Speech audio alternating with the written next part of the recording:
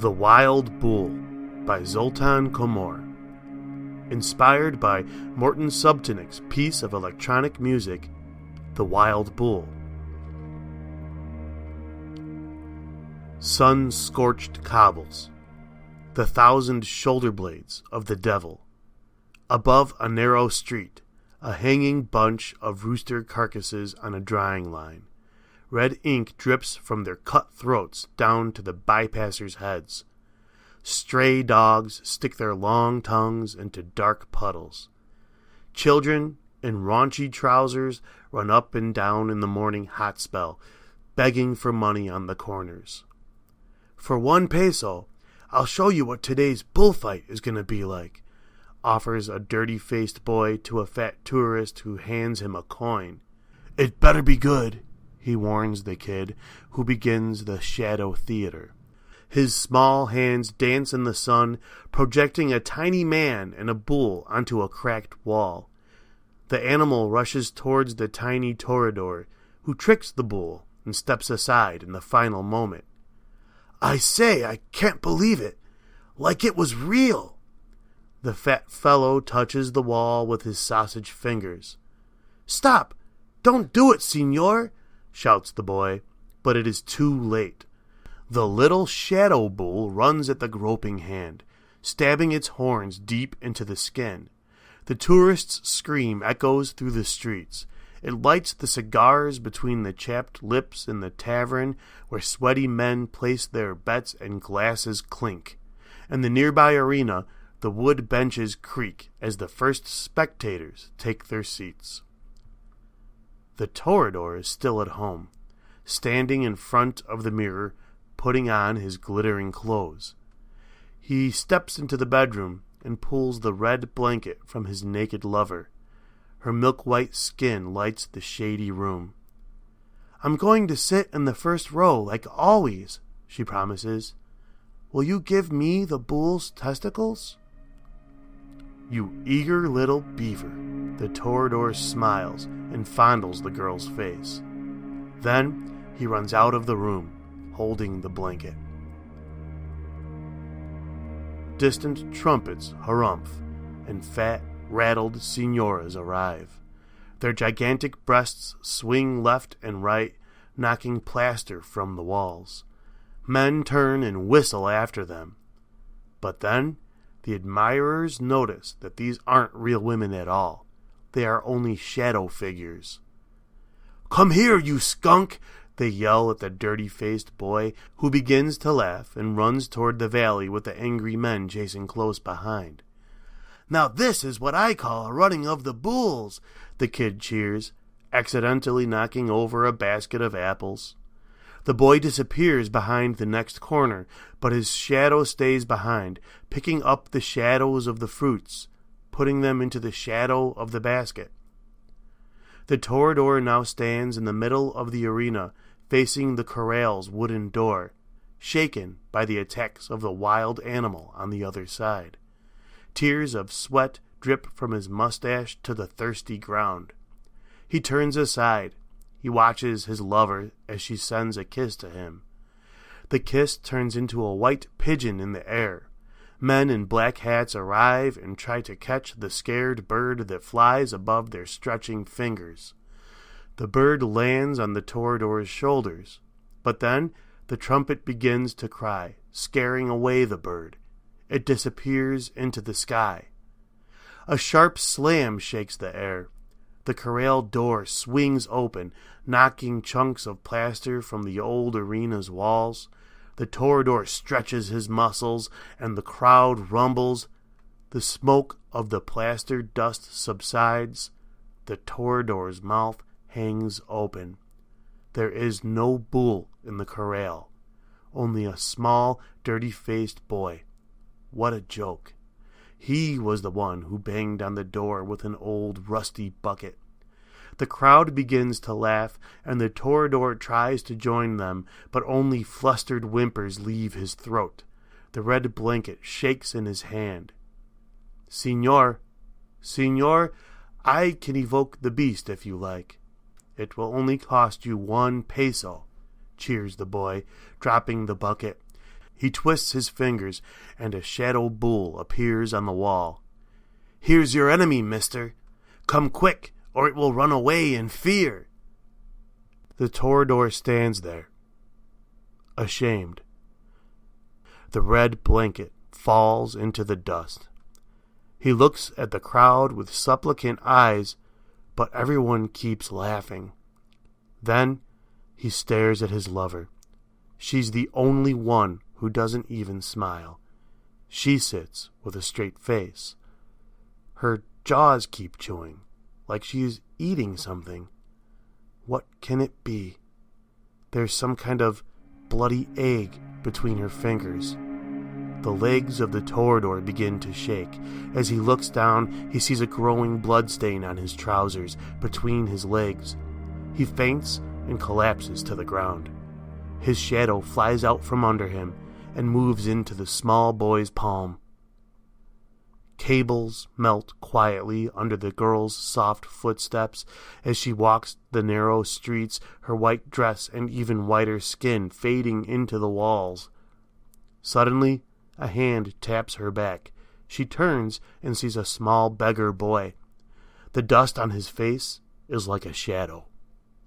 "Señorita," begins the kid, "for 1 peso, I'll show you what today's bullfight is going to be like."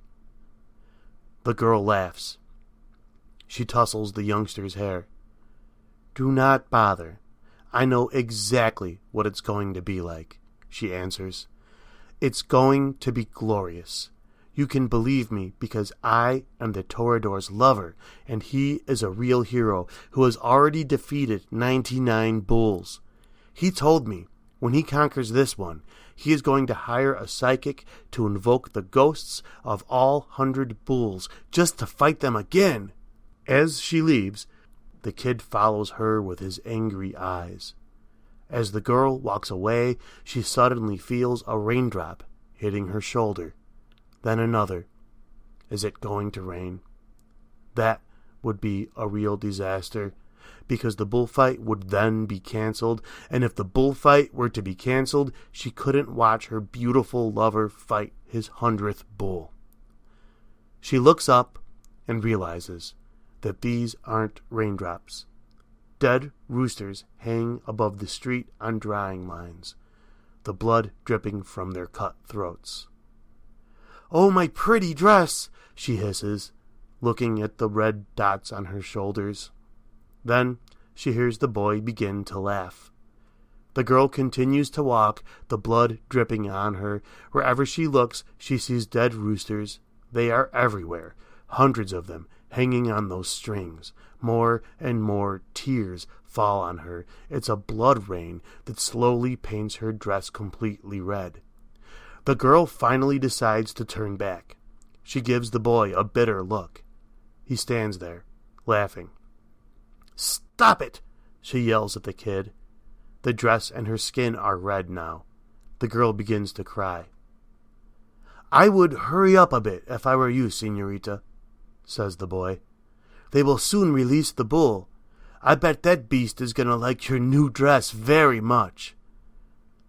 She opens her mouth and tries to answer when a sharp slam of a door shakes the air, and the knocking of hooves can be heard. The red girl begins to run. She gasps and yells for help, but the whole city is empty. Maybe everyone is at the arena, she thinks. She accidentally knocks over a basket of apples. She runs along, speeding, turning the next corner, almost hearing the huffs of the bull behind her. She is afraid to look back. The next street is an exact copy of the previous one. Every street is the same. A bowed-over basket and rolled-away apples are everywhere. Mustached men blow golden trumpets. The crowing of roosters fills the arena. The sound of horned pigeons vibrates the air. The whimpers of stray dogs. The hot cobbles. Using a sharp sword, the Toreador cuts his image from the mirror. He hands it to his lover, who kisses it, painting it red with her rouged lips. Later, the man steps into the Plaza del Toros, and he watches his mirror image wilt into a shadow between his fingers.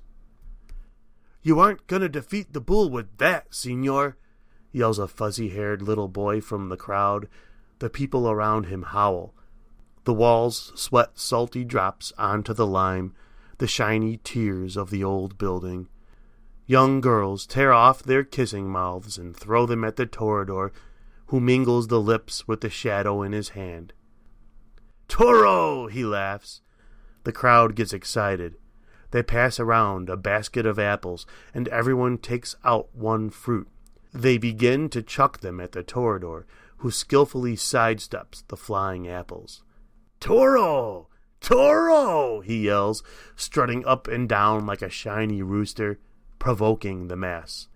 Someone throws the empty basket at him, but he jumps away. It lands on the ground. His lover in the first row moans with pleasure, admiring her man's skills. Then a hush falls on the crowd. The dirty-faced boy's voice echoes into the arena. "Stone him!" So the people run to the streets and pry out the hot cobbles, which they then begin to throw at the running toreador. "Leave him alone," his lover begs. White pigeons fly from her throat, but it is no use. The villagers kick and smash the pigeons with their boots. People spread the smoldering ashes of burnt bull horns all over town. Glasses hustle in the tavern. Dogs lie in the shadows of a fat señorita.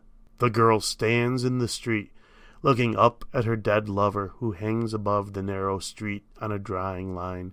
Blood drips from his wounds, painting the girl's white dress and face red.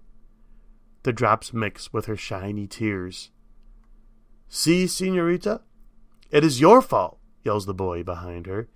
"If you would have given me that peso, I would have showed you that this was going to happen." Then the boy walks away. The alleys drink his long, echoing laugh. The girl bends down and pries the toreador's shadow off the ground. She folds it in her hands and returns home. There, she lies in her bed, blanketed by shadow. She closes her eyes. A nightmare rushes at her forehead, over and over again.